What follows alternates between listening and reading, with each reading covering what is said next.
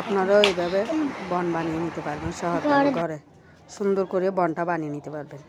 এখন দিয়ে দিব ইস এবং চিনি আর গরম পানি দিয়ে সুন্দর করে গরম পানি দিয়ে এটা কিছুক্ষণ রেস্টে রেখে দেব।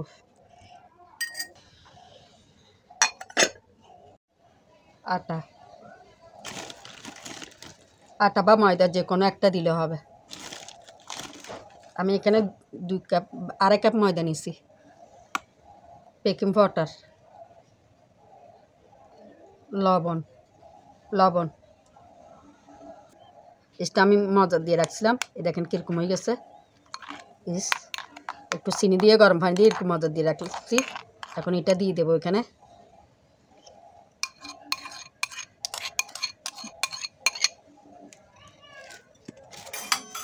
তারপর এটাকে আমি ভালো করে মিশিয়ে নেব।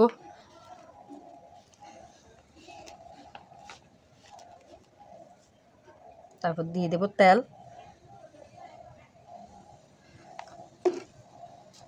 দুধ,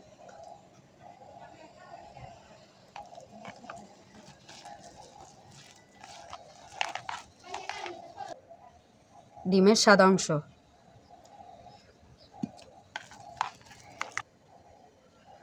এখন দিয়ে দেবো একটু ডিমের কুসুম।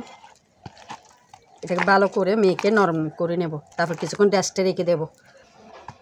একটু গুঁড়ি দিয়ে এটাকে আমি শক্ত করে মুলে নিছি, কিছুক্ষণ রেস্টে রেখে দেব। এই যে এরকম করে রেখে দেব। তারপর আমার এটার কাজ দেখাবো আপনাদেরকে। এই যে দেখুন এরকম হবে। এটার পর এটা আবার দেখাবো। এখন রেখে দেবো রেস্টে।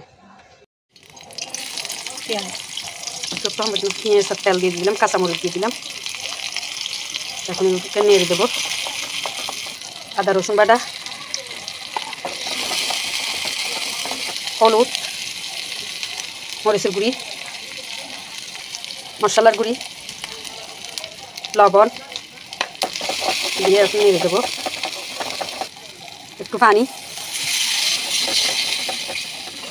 আলু, সিদ্ধ করা আলু,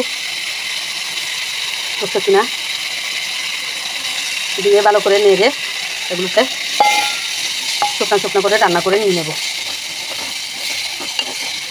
রান্না করে নামিয়ে ঠান্ডা করে এটাতে রেখে দেবো। কি সুন্দর ফাঁপি গিয়েছে। এই দেখুন সুন্দর হয়েছে।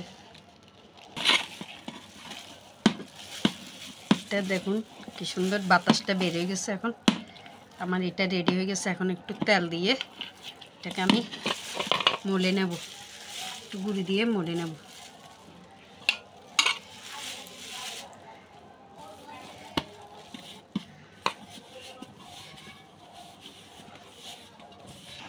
তো এতক্ষণ কি তো বলবি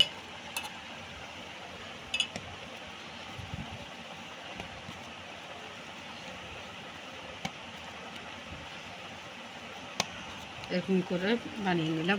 ফার্স্টটা লেসি হয়েছে আমার। গোস্তের পুরটা দিয়ে দিলাম।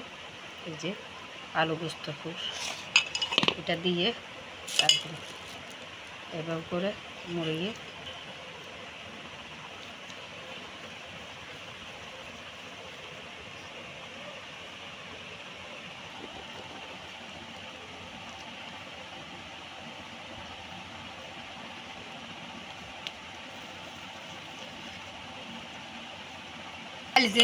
ডিমের কুসুম লাগাই দিই।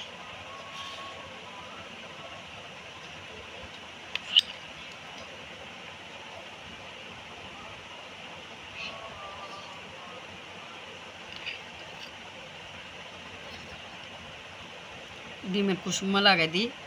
তারপর দিয়ে দিলে ইন্দা হাইলে জিরা একখানা, হাইলে জিরা দিবে সুন্দর লাগে।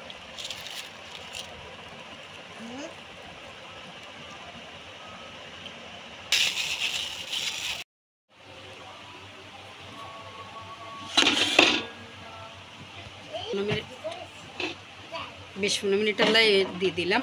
তারপর হতম বাদ করে দেখাই। এখন দেখবো আমাদের বনগুলো কীরকম হয়েছে। মাশাআল্লাহ দেখেন আমার বনগুলো কি সুন্দর হয়েছে ফুলে ফুলে।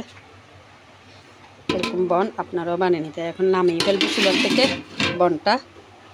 দেখুন রেসিপিটা কিরকম হয়েছে বন বানানোতে।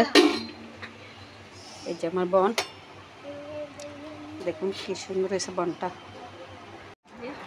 দেখুন বনটা কি সুন্দর হয়েছে। এরকম করে আপনারাও বানিয়ে নিতে পারবেন বনগুলো।